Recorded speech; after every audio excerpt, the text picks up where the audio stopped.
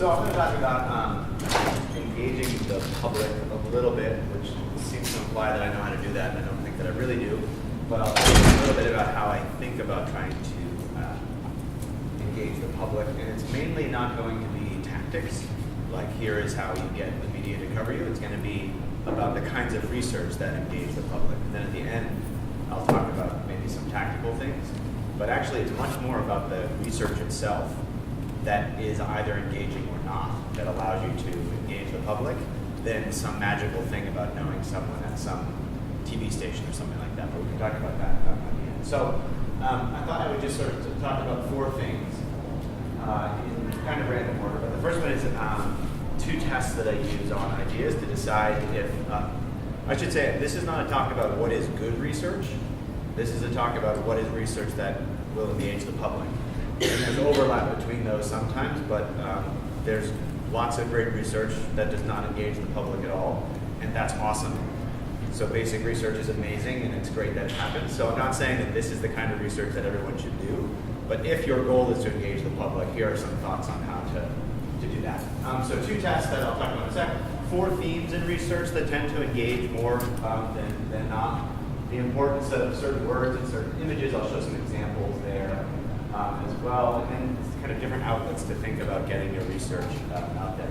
I had very grand ambitions to go through like all of psychology and find amazing examples. And then, as usual, my grand ambitions were shattered. And I'll mainly talk about my own research as examples of these things. I'm not saying that my research is the best examples of what I'm talking about, but it was easy on a plane without Wi-Fi to access my own files as opposed to things on the internet. So, and I also was struck by how much of my own research does not meet most of the things that I'll talk about right now as I was going through it, which is interesting in itself. Okay, so two tests. The first test actually is stolen from Kurt Vonnegut, who talked about, he called it the smart uncle test.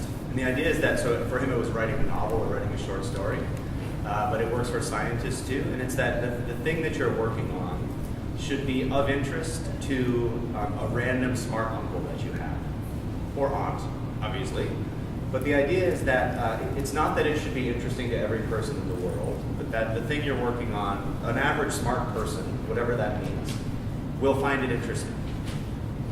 And it's a weird standard because a lot of what we do as social psychologists is not interesting to anybody. It's in fact not interesting to our colleagues sometimes, not to mention the lay people. But that's a real, actually pretty good standard of is this something that might be interesting to the world? Does an average smart person think about it? And the way to think about it is, the other way to think about it is the dinner test. So if someone turns to you at a dinner and it's not all social psychologists and says, what are you working on? How many words can you get into it before people are like, oh my God, I can't believe this. This is the most boring thing I've ever heard. And for a lot of us, it's like 3 words. You know what I mean? You're talking about some like implicit priming something. So I do this research too. I'm not criticizing it, but people are like, I don't know what any of those words mean already. So I'm out. Someone just told me that, what was it? Promiscuous teleology was the thing that they studied. And I was like, I have no idea what that means. And I think I'm kind of smart. No idea what it means. Then they explained it. It was kind of interesting. So think about if you could explain to someone at a dinner party what you're working on, would they find it interesting? And by the way, it's useful to do that for anything you're working on. Like you should be able to explain, even if you're lost in the weeds of some theoretical debate, it's still useful to try to explain it in words that lay people can understand. It can actually help you frame the problem and help you write the paper. It makes you step out of the, in study 7B of this paper from 2001, they measured the construct in this way, but I think it should be measured in this way. Why? Like, why do you think it should be measured in that way? And that actually may be a more general point than just, I don't like the way they use the 7-point scale. So think about explaining your research to lay people in general, because it can help you, and actually can help you have good ideas too. So I actually run, not really like I don't systematically do it, but in my mind when I decide on new projects, I do think about these criteria, which is just, does an average smart person who's not in my field, whether it's an academic or just an average smart person, would they find hearing about this interesting? Again, it doesn't mean only research that meets that criteria is good, but that is the kind of research that in general the public and the media are interested in covering. Okay, so let's talk about some themes of research that can be helpful in engaging. I'm going to talk about 4 themes and give you some examples from my own work. Again, I'm not saying my work is the best examples of this by any means. So the first one is everyday life.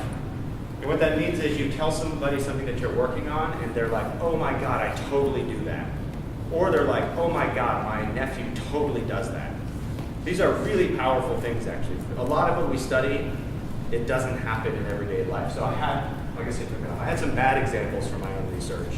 We did some research a long time ago on this phenomenon called vicarious dissonance.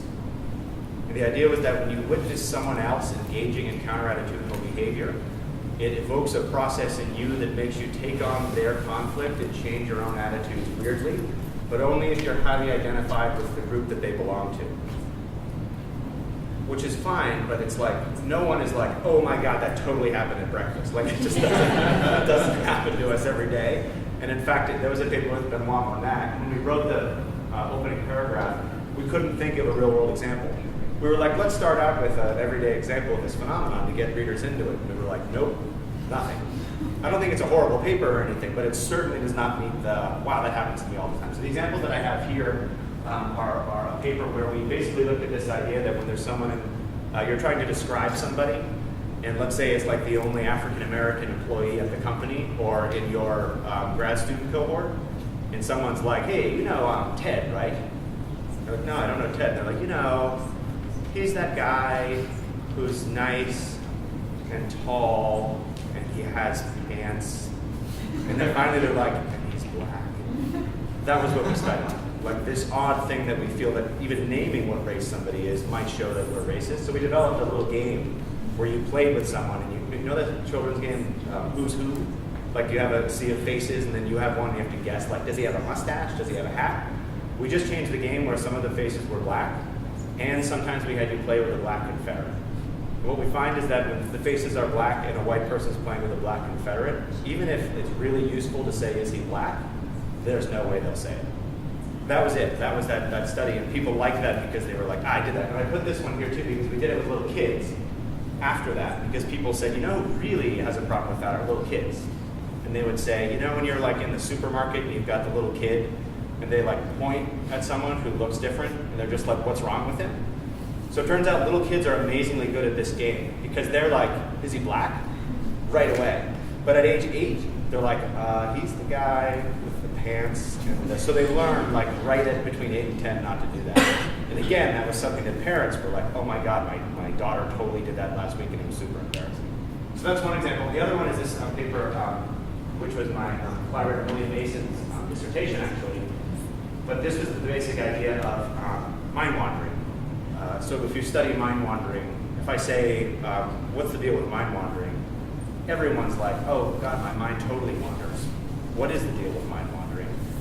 So you already have that in the conversation. Then what you study, we try to do some things and show what's going on with mind wandering. But just as a topic, why do minds wander is a thing that's kind of interest to people, and they're saying, actually your minds are doing it right now. So you're like, oh, mine was just wandering while he was talking.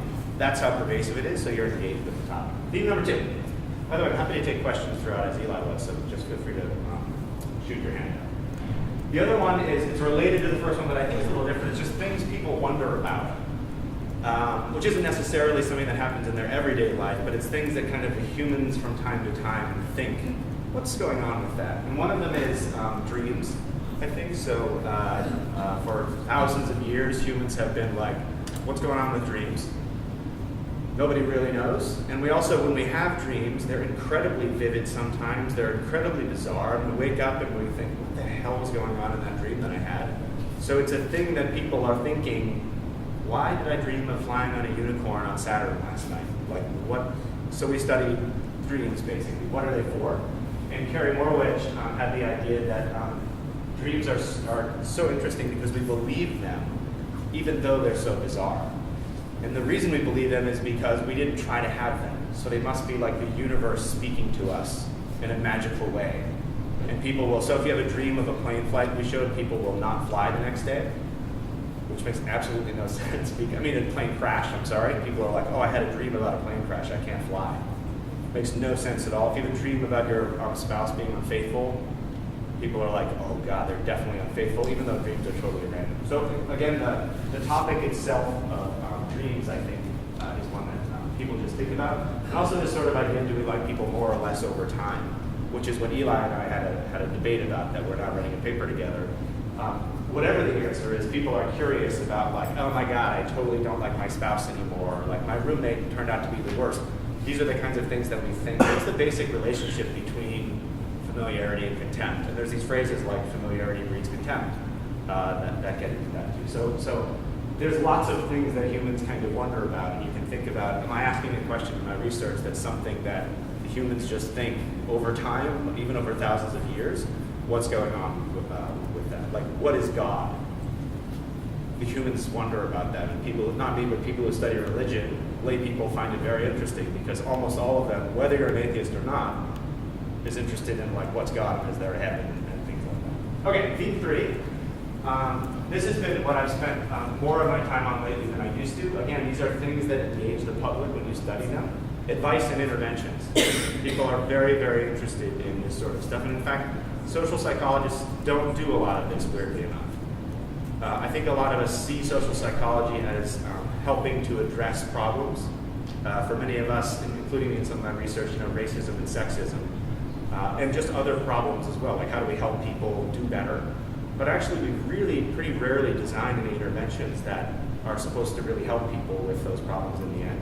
You can think of them, and they're pretty famous when they do, like the Jigsaw classroom was a cool intervention to try to help people deal with diversity. The public really likes it when scientists come up with things that can help them in everyday life, and not necessarily solving huge cultural problems, but even just what can you do today. So these examples are, my student Lillian has a paper where she shows that when you connect to other people, to each other, like on a date or in the workplace, it makes you really happy. So you could go do that right now, and you'd be happy. Liz Dowd and Lara Acton and I had a paper where if you give money away instead of spend it on yourself, it makes you happy. And you could go do that right now if you want, and it will probably make you happier than spending it on yourself. Francesca Gino and I have a paper where we look at the role of rituals in helping you get over losses, including people dying, relationships ending, and also just losing lotteries in the lab. So we have people report about their rituals in their everyday lives, and we show that those help them get over these big losses. And we have them do ridiculous rituals in the lab that we make up, and those help them get over losing money in the lab.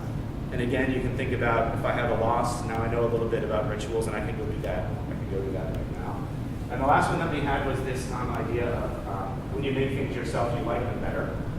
And we usually, in the world, don't make things ourselves anymore because we want somebody to make it for us so we don't have to do any work and we can sit around and be lazy. But it turns out that if you take the time to make things yourself, you like them a lot more. And again, you can go out now and buy something and make it yourself, and it's going to be a pain to make, and you're going to get frustrated. And then you're going to really like it and keep it around for quite a while, so it'll give you some value that you wouldn't have had. I'm not saying these are like amazing interventions that the humans should all be using, but these things have engaged the public because people want to say, what can I do to be happy? What can I do to have meaning? And we can say, here's some ways that this should be. Okay. Theme 4, this one's at kind of a higher level, is when you address like big societal issues in a way that's tractable for people. So not just like racism is a huge problem. That's hard, it's like people are like, I don't know what to do with that. So you are like, inequality is increasing. Also, that's true, but you try to kind of address it and shed a little bit of insight into these big societal issues. Those are things that people really like to read about and respond to, the average smart person as well. So I'll show some pictures of these in a second. So Dan Ariely and I had a paper where we showed that people have no idea how unequal the current distribution of wealth is in the United States, and they would like it to be more equal than that. That was it. And it was a thing that was noteworthy because people didn't know that they didn't know. So we can show, I'll show you a picture in a sec. We can show you a picture and say, this is what you thought America was like, and you're totally wrong. And people like that for some reason. They like to learn what it's like, and they like to see that they didn't know that. This paper on racism, I'll show you in a second, the picture in a second. Also, with Sam Summers was this idea that we looked at how people see racism changing over time. And it turns out that white people, so black people, if you ask, how has racism changed against white people and black people over the last 50 years? Black people say it was really bad in the 50s against black people, and now it's a little bit better. And if you ask them about racism against white people, black people are like, I don't know what you mean. That's a zero. It's just a zero. It doesn't make any sense. White people say racism against black people was high in the 50s. They actually agree with black people that it was bad. And they think now it's pretty great for black people. And white people now, I'll show you the picture, but white people now think that there's more racism against white people than against black people in the United States, which is crazy for many reasons, including like facts and things. But let's leave that. But just this idea of, I'll show you the picture again, but it's a huge issue, like how much racism is there against white and black people? We didn't get the data on how much there is, we just measured what people thought and tried to show it in a way that shed some light on how things are happening in America right now. And then this last paper that just came out was this idea of trying to figure out why it is that poor people often don't seem to support the policies that would benefit them. Like, why don't they want higher taxes on wealthy people? Why don't poor people support increases in the minimum wage? And that's a huge issue for lots of reasons. And what we said, there's many reasons, but our contribution was to say, when you're down near the bottom of the distribution, you're not focused on the rich people, you're focused on people right around you, and all you care about is not dropping in the last place. And what that means is if you make just above the minimum wage, which means you're quite poor, you don't want an increase in the minimum wage, because then you'd be tied for last. And it doesn't make any sense at all that you would have that attitude in some way, because higher wages would probably be good for all poor people.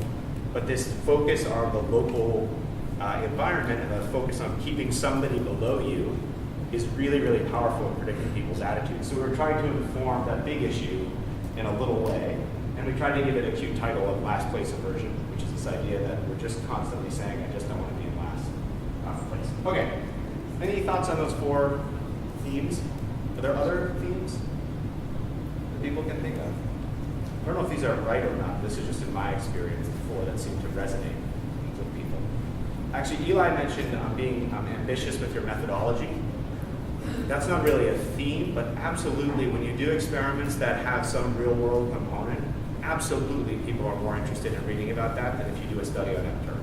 Absolutely. If it involves real behavior with real people doing something real, it's just more interesting for people to read about than if you say, we showed people some stuff on the internet and they rated some things. I do tons of studies on MTurk, I'm not criticizing it, but in terms of engaging the public, no one cares about a 4.2 on a scale. But they do care if like 80% of people recycled in this version and 30% recycled in that version. That's super cool. So real world methodologies, even though they're a huge pain, but Eli pushing to think like, what would be the awesome version of this? Get as close as that to that as you can, because it can be very effective. Okay. Then, other than those themes, I'm so kind of. Is there a question? Or are you just laughing? The title map? I'm not leaving. I'm just getting some water. I'm out of here. So these are getting kind of more toward practical things. So titles matter bizarrely a lot. And social psychologists, this is the one where I was looking at my own CV and they're just terrible titles. Almost every paper had a terrible title. Like a really long phrase with a colon, and then a really long phrase. And none of it made any sense at all. Like the effects of something on something, colon, the moderating role of something, something. It's just terrible. Who knows what it means? Even your colleagues don't know what it means. You know, like if you open JPSP and you look at the titles, I think I'm a social psychologist and I've been doing it for a while, and sometimes I'm like, what the hell is that about? That's crazy that I wouldn't know what a paper is about from the title. We have tried, and again, I had tons of bad titles, but just some titles and phrases that are very clear exactly what it is that you're doing. So spending money on others promotes happiness. What is that about? It's probably about spending money on other people makes you happy. The IKEA effect, we chose that. I actually think it's pretty cheesy now, and I wish we hadn't. But we chose that because we said people make things and it makes them happy. What's a thing in the world that involves making things? IKEA. Maybe people will remember it better if we call it the IKEA effect. Building a better America one wealth quintile at a time. We were trying to get people in the mindset of, if you were building America right now, how would you do it? So we wanted to have that sort of phrase. Last place aversion, we wanted a quick phrase that made you think like, oh, what people really hate is dropping at the bottom. And then the game with playing with black and white faces, we called that the political correctness game. Because we thought that it was kind of a classic instantiation of how hard it is to deal with political correctness norms. Even if they're good or bad, it's still difficult to deal with them. We wanted to make a game that captured that kind of feeling. Okay. Other things that matter a lot are introduction. And again, by the way, this is like a reporter clicks on your paper and says, is this interesting? Well, the title is the first thing that they see. And if the title makes no sense, there's no way they're reading any further. The next thing that they read is actually often not the abstract, but the introduction, because journalists know that the abstract is terrible, because usually it's got like a lot of jargon. They go to the first paragraph of the introduction, because that's sometimes where we try to write something that's interesting.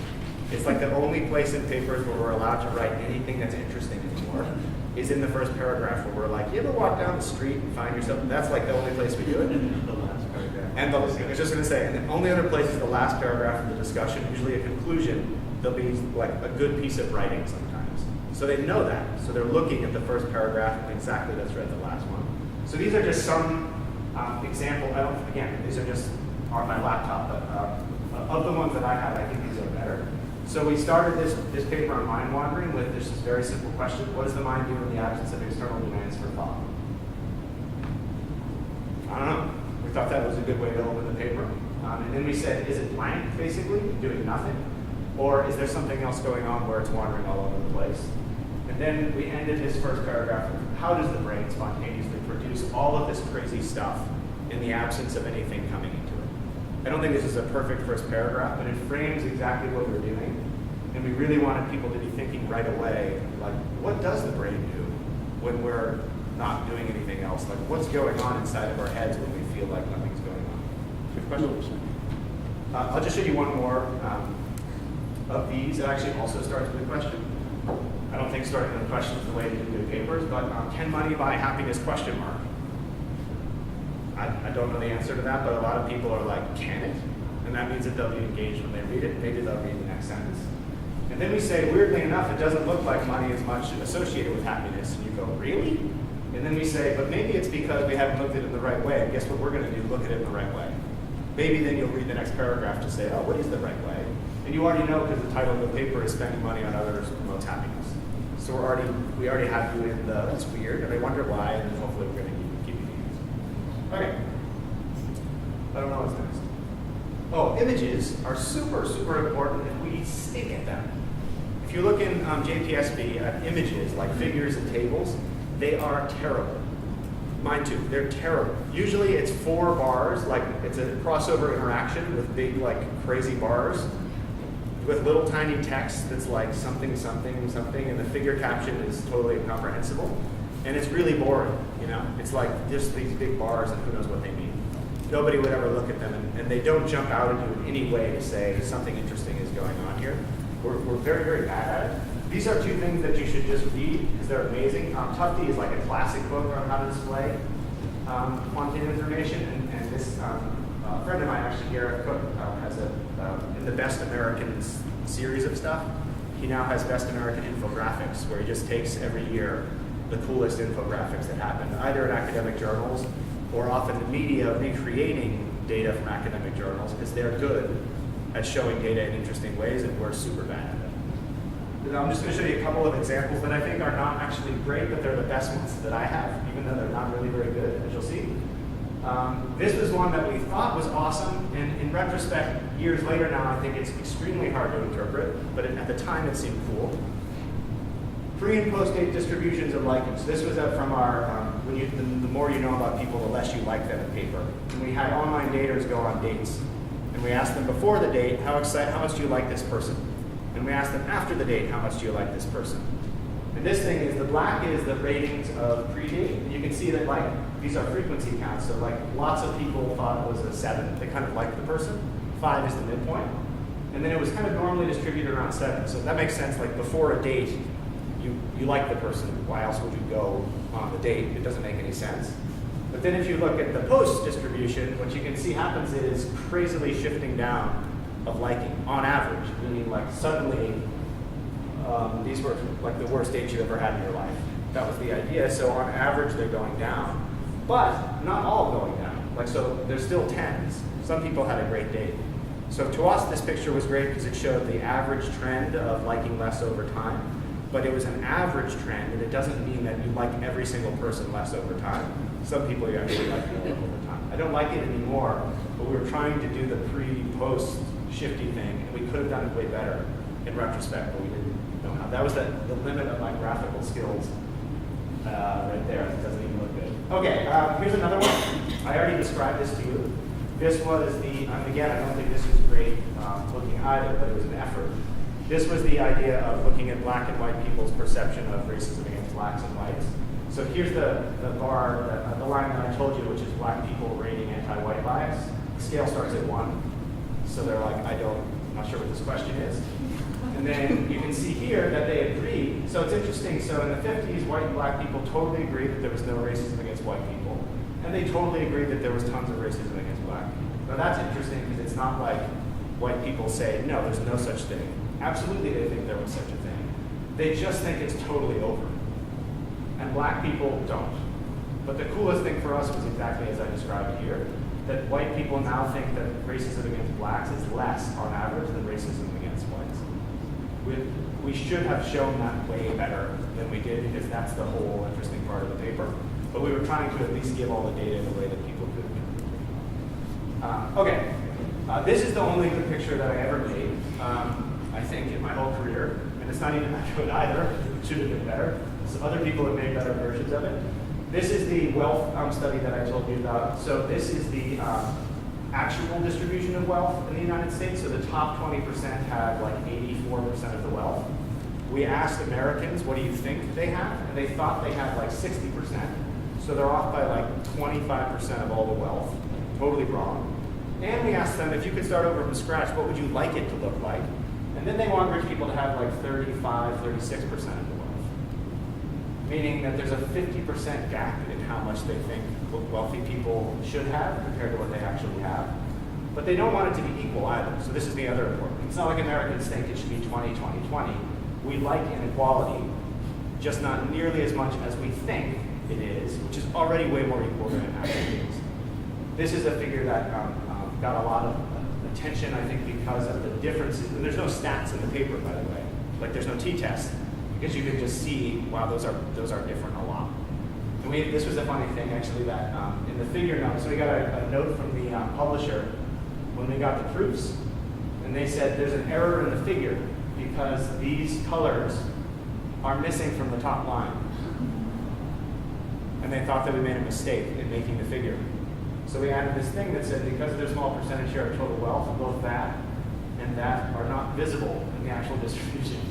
So the bottom 40% have like 0.3 total, which means they're not, you can't see them in a bar chart like this. And that became an interesting thing for people as well. So first you're like, dude, where are these colors? And then you go, oh my God, I know, they don't have anything. And that really drives the point home as well. Then the other picture that we made here was we wanted to show that people agreed about this. So it could have been the case like liberals and conservatives totally disagreed about what they wanted America to look like, or rich people and poor people totally disagreed about what they wanted America to look like. So we said, let's ask everyone, and let's plot this for every group and see if they agree or they disagree. And that's the second picture. And it's a little hard to read, but you don't really need to read it because basically what it is this is the actual again. These are the estimated distributions for people who make less than 50,000 up to people who make more than 100,000. This is estimated for Bush voters, estimated for Kerry voters, this is a few years ago. You can see that the estimates, no one is different from each other, and no one is even close to knowing what it's like. And these are the ideals as well. And again, there's differences between these guys, for sure, you can look at them. But if you look at the picture, it's like, oh, I see. All of these are lower than all of those, and that's exactly the point that we wanted to make. And again, there's no t-test because you don't need t-test because you can see those aren't really, really big differences. And even like wealthy, if we look at like wealthy Bush voters, their ideal is still way lower than what they think it is, which drives home the point that everyone kind of thinks things are more equal. Okay, last thing that I'll talk about, and then any questions on that stuff? Okay. Last thing that I'll talk about is the outlets stuff. So the reason I went through the themes and the words and the pictures is because almost all media attention is driven by the content of the thing. Almost all of it. You really cannot take something that's not of interest to the lay public and turn it into something that the media will cover. Because they can't. It's like impossible to do. It doesn't mean that those are the good things, and the public likes to look at pictures of cats. I'm not saying we should be focusing our research on only having people look at it. But it's not like there's a secret to, once you've done the research, now you can do something magical and Time Magazine will call you up and put you on the cover. If it doesn't have some of those themes, if it doesn't have some of those words, and if it doesn't have some of those pictures that are noteworthy for lay people, it's an impossible sell. Now that said, what you can do is, I think many people now are sort of waiting for their TED Talk. And there aren't very many of those, and that's not the only outlet to speak in public about your research. So we tend to think of talking about our work in like our conference rooms at these conferences, but there are many venues that you can speak at if you are creative about where to speak. So you should always be talking about your research to the extent that you can, because you never know who wants to hear about what you're working on. And in fact, you should practice talking about your research in a way that doesn't make people super bored. I mean, you really should, because it's boring. Like, it's boring to hear about IT tests and things. It just is, I'm sorry. I'm a nerd, but it's boring. People want to hear about your ideas and why you're excited about them and what they have to do with something, even your colleagues. And I can't stress that enough. Like, you think, no, my colleagues are super interested in these iterations and the mediation and stuff like that. And they are. We're scientists, so we care about it. But it's not the thing that they go home and tell their partner about. And it's not the thing that they go and tell somebody else about because they're like, listen to this cool thing I learned about today. It stays within the couple of colleagues. It's the other things that people tell other people about. So think about that. Practically speaking, press releases are good. Most universities have a press office, and they are happy to put stuff out because they need to have a job, and they would like it if the media covers things from their university because it's in their interest that someone talks about them. So contact them. You can send them your stuff and say, we have this new study coming out, will you write a press release? Or here's a draft of a press release. They will very often put it out for you. They're not like going to generate front page of the whatever, but they're going to get you some media attention. So use them. Your faculty advisors, if you're not faculty, we often don't take advantage of that stuff, and you should if you want your research to get out there. Op-eds are hard, so you can email papers and say, I have an idea for an op-ed. We almost never do that, and there's no reason not to. They get emails all the time from all sorts of crazy people wanting to write op-eds about like how Barack Obama is a murderer or something. If you send them one that says, I have this research project and here's the results, sometimes they're like, okay, that sounds good. We need to fill some space on Tuesday so you can write an op-ed.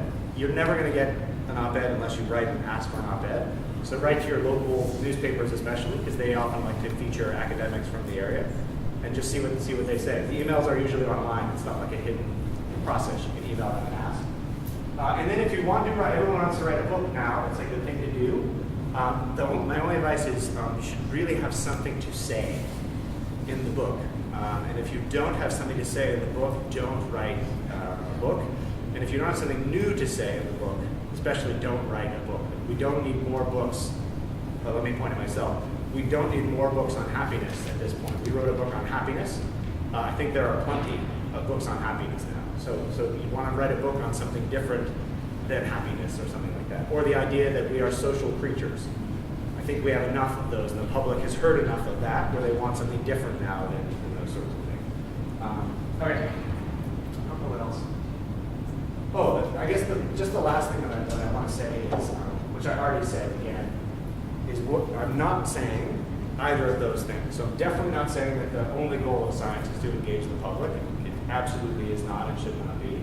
And I'm not even saying that the most important goal is to do that either. It's just a goal that lay people are way more interested in what we do than we think. Because, for two reasons. One is we frame it badly. So we talk about it in a way that's completely impenetrable. And we do that because our journals encourage us to do that. Like scientific writing is horrible. And there's good reasons why it's horrible, because it's supposed to be technical. But there's also bad reasons why it's horrible.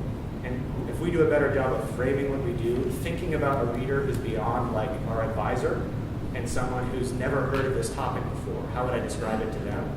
The paper will be better even for people who are experts in that topic. It's better to write for that average smart person than to write for someone in your field in these parts of the paper that you're still allowed to write nice stuff in.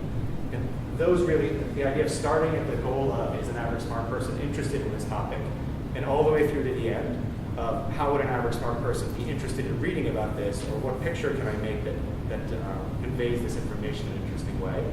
That following that thread all the way through the project is really the only way to engage the public. And if you missed any of those steps, it's cool. And a lot of my research doesn't do it, and I like it because it doesn't do it. But you're never going to get kind of the traction out there that you want. Questions? Yeah.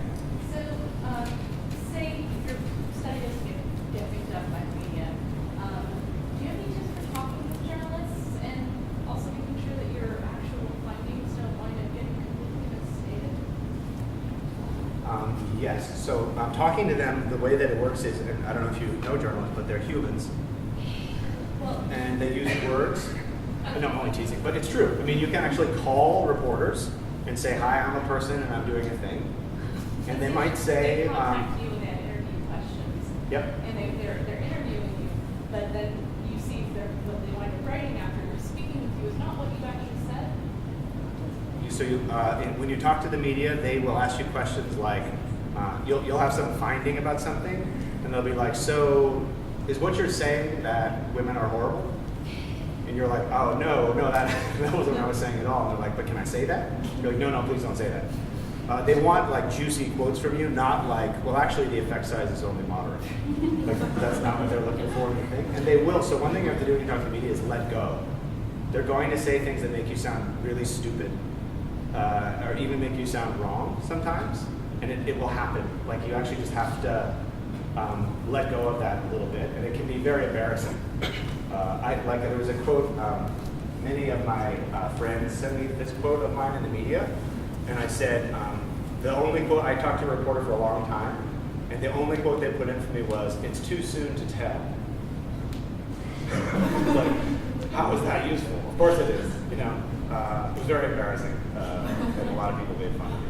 But yes, they rarely will get it completely wrong, but they will often take the weirdest quote that you said and put that in the article. And if you want to be in the public thing, then you have to go with that. The other thing that you have to be prepared for is getting crazy emails from crazy people.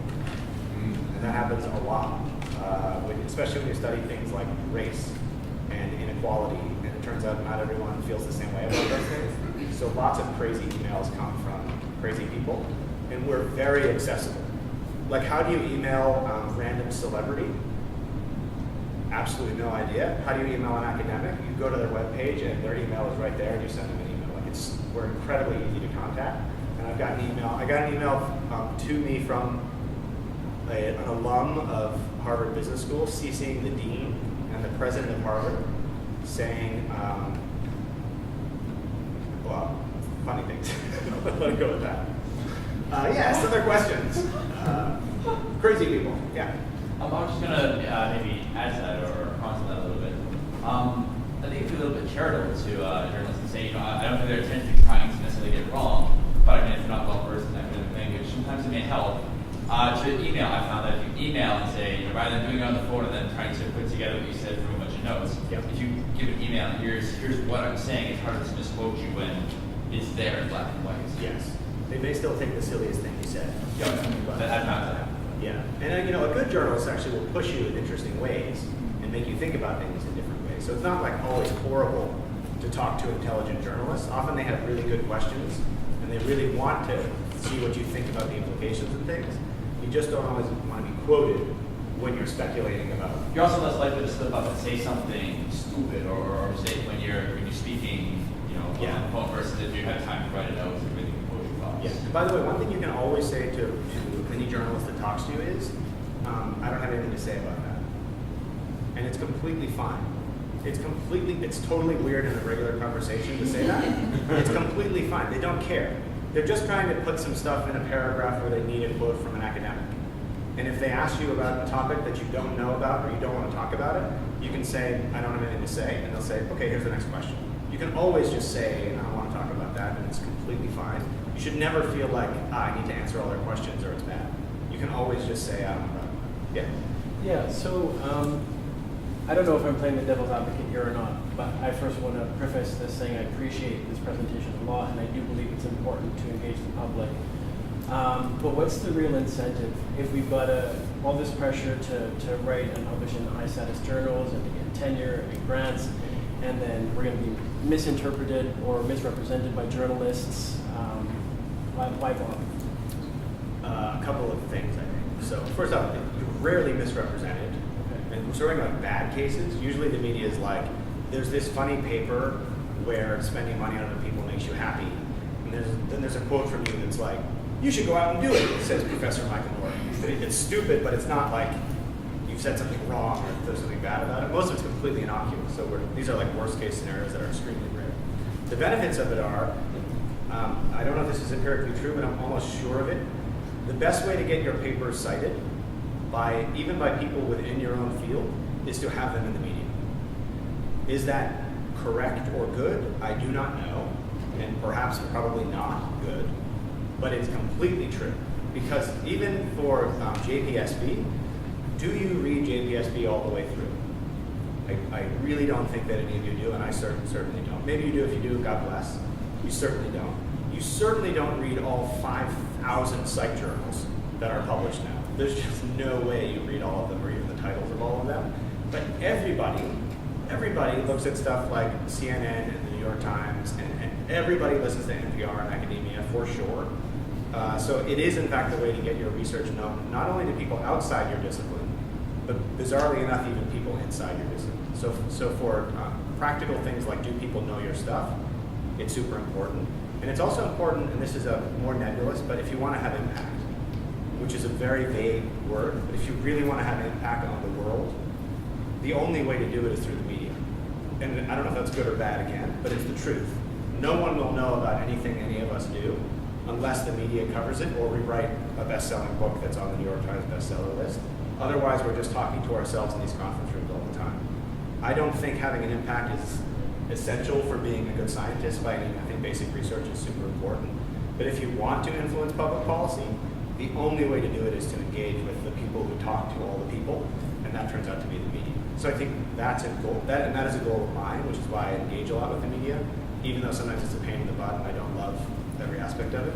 I'm trying to have that sort of a voice for psychologists, because economists have that voice, and they're smart at everything, but we should have a voice also, and we haven't been good at doing it. Yeah. I would actually add to what you said, Mike. I do think that getting our stuff out does have an impact. So you mentioned one way about people reading the work, both inside the field, but also people outside the field. I also think, in my experience, all kinds of people who are interested in the same issue, but who come from the public policy angle, come from another department, but who don't know social psychologists and doing this kind of work, will contact you. And suddenly opportunities for collaboration or doors opening that you never even thought about become possible. So I found public engagement, broadly speaking, through the media, through just speaking in front of different audiences, hugely beneficial to the work I do. Yeah. Not just as a matter of getting advertising, but as a matter of taking the work and then putting it in the public domain in the place that you want to have an impact. So I think it's actually really big, and we don't do enough of it. This has been a really valuable discussion. If I'm not mistaken, I think we've got coffee and snacks out there, and I bet if any of you have questions that you haven't had a chance to ask Mike, I bet he'd be happy to get over the next few minutes. So let's get around.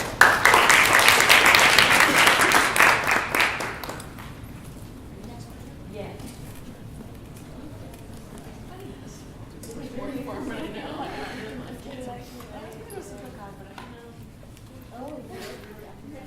No.